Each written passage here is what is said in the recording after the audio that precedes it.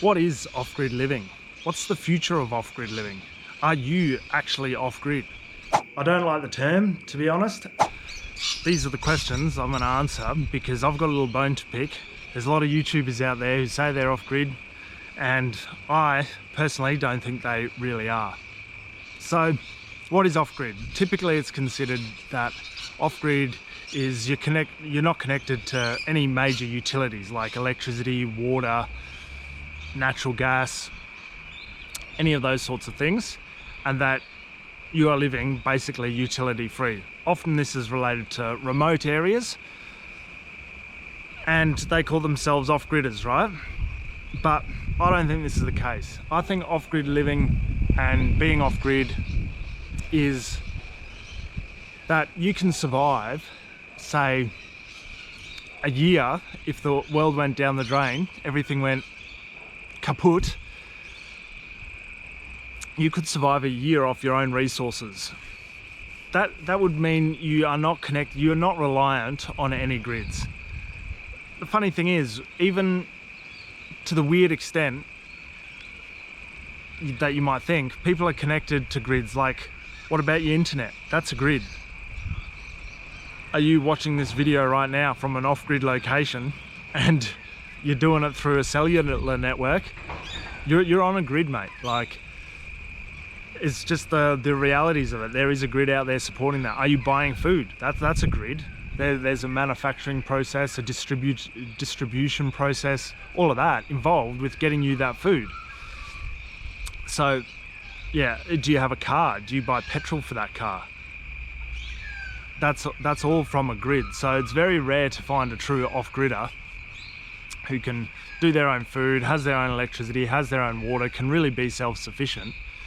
Otherwise you are, it's just the realities of it, connected to a grid. And we would like to say we're off-grid, but we're not. I saw one YouTube video where a guy goes, oh, I'm living off-grid, you know, in 2025 or whatever keywords he was saying. And then he's like, oh yeah, we're not connected to natural gas grid. So as a solution, we've got this massive propane tank. Anyway, I think you kind of get the picture that where do you get that propane in from? It's extracted way off site, probably on the other side of the country, if not internationally, and then it's trucked in, it's refined, it's on multiple grids, right? It's on a distribution grid, it's on a refining grid, it's on a extraction grid. It comes through a massive sets of grids. So, and then it ends up at your door. So unless you're harvesting propane, like biogas, that would be one form of gas where I would go, yep, okay, you're off-grid. All your poop is going into a biogas harvester, like a big bladder, and the bladder expands, pressurizes, and then you draw off biogas from that, and then you compost the poop afterwards. Perfectly fine, no problem with that. That's off-grid. You could do that for a year, no worries, right? And be on biogas. But when you say I'm bringing in propane and I'm an off-gridder, it's just not the fact. So here, I would like to say I could survive, but I'm connected to a few grids. I was forced by council to connect to main sewer because I'm in a flood zone. I got a creek right there, and actually the sewer main comes through here. You can probably see an entrance point right there, and the pipe actually crosses the creek over there. So right next to the creek, right on a flood zone, if I was to be having an envirocycle, that's what we call it in Australia, or there's many other systems where all your wastewater, grey water, sewage goes into a tank, it mixes it up, aerates it, and then spreads it back over your garden. Yeah, that wasn't possible here because, and the laws might change soon, because that technology is getting better and better. But at the time I did the application, for some reason council didn't allow it. And I hope soon I'll be able to do it, but I'm relying on that grid. I am connected to the electricity grid because I export more than I consume, especially in summer. So I would say I'm net off-grid over a year. Like maybe in winter I import a little bit, plus we have an EV as well, and the solar panels just don't keep up with charging the EV, so I do import some for charging the EV at this stage. I would need a huge array to be able to charge the EV during winter. So, but for my home, I would say net I export more than I import, but that's not true off-grid at all. And then water-wise as well, I've got only 55,000 litres of storage. So my block isn't that big, it's only 1,500 square metres. And to put 100,000, 150,000 litres of tanks on the land would have meant I would have lost a good, probably 50 square metres of usable land. I could have got stuff in around it. So what we did is we buried 44,000 litres of tanks. I might go up and show you actually. We buried 44,000 litres of tanks, and then we've got another 10,000 on slimline tanks on the boundary, sort of tucked away because we couldn't build on that boundary anyway. And that means we can survive with water in the garden through a drought in the summer, probably about 55 days, right? The garden takes a lot of water, it's all on automated irrigation. And yeah, it doesn't last long when you're putting 1,000 litres of water through your home, showers, washing, and the garden. There's the pump. So that's another off-grid thing. Is the pump from the grid? Is the solar panels from the grid? Is the battery from the grid? How often do you need to replace them? I don't think you'd need to replace them yearly, but it's certainly something to consider if you're off-grid, that you are self-reliant, right? And you could rely on yourself if needed. If you're really out remote in the bush and the pump fails, and let's say that pump, there's the battery by the way, that pump is in these underground tanks, and I don't have scuba gear, how do I access this pump to service it? So that's why I did it outside of the tanks to service it. And then there's the other 10,000 litres of tanks. There's two more up there. So how do you access it to service it? Better to have it here because that's a lot more resilient, and I can service it whenever I want, right? Replace it, do whatever I want with it, and I'm not relying on any submerged mechanical parts. And then water filtration, you know, if you're really off-grid, sometimes you need to get water from somewhere else. If there's a massive drought, imagine a drought lasts 2 or 3 years, which with climate change and the future, we're getting more extremes, right? You want more storage because the downpours are going to be heavier and bigger, but also the dry spells are going to be much longer. So we'll get wetter sections and we'll also get drier sections. So really storage for everything is key with off-grid, whether it's battery or water, all of that. So yeah, storage is essential. And this is where microgrids and communities can really help with in the future of off-gridding, where you combine with a neighbourhood to have a big battery, to have water storage.